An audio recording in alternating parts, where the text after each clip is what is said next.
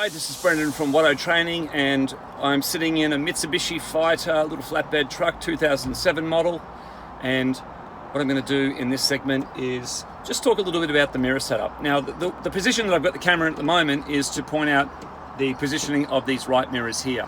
When you're driving a heavy vehicle, it's critical to make sure that these become a very close friend of yours, because you're going to spend a lot of time looking at them. Now, you don't set the mirrors up in a position that doesn't give you the maximum view of what you're looking for. You need to have them so that you can tilt them. Some of them electronic, but this one here is old school.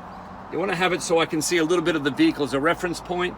I actually like to have that bar right in the middle of the mirror so I can actually see behind me in part, but then I can see out as well.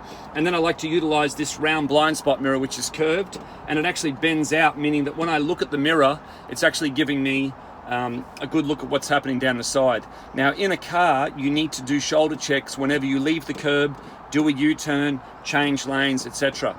The bigger the vehicle, the more challenges we have with managing our position on the road, our space cushion as we call it, our following distance. The bigger you are, the longer it takes to pull up and so forth.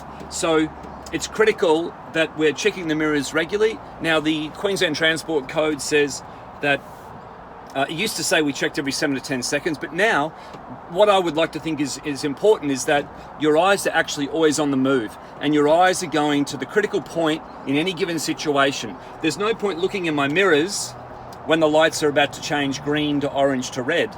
So I can do arbitrary checks and count 1, 2, 3, 4, 5, 6, 7, and say, oh, I better look at my mirror. But if the danger is over in another place, then we need to make sure we prioritize to that.